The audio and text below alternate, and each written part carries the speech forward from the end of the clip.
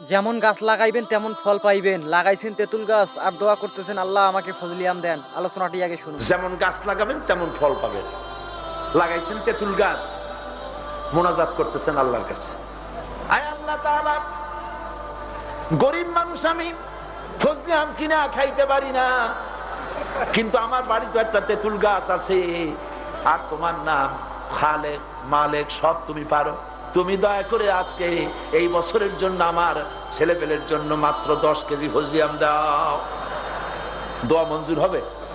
হবে না। এরপরে যদি আপনি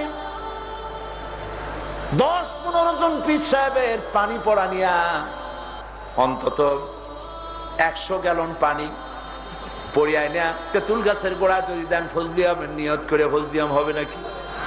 ফজলি আম হবে না, তেঁতুল হবে আরো বেশি, কারণ পানি ছিল না, শুকনা ছিল, আপনি পানি দিচ্ছেন।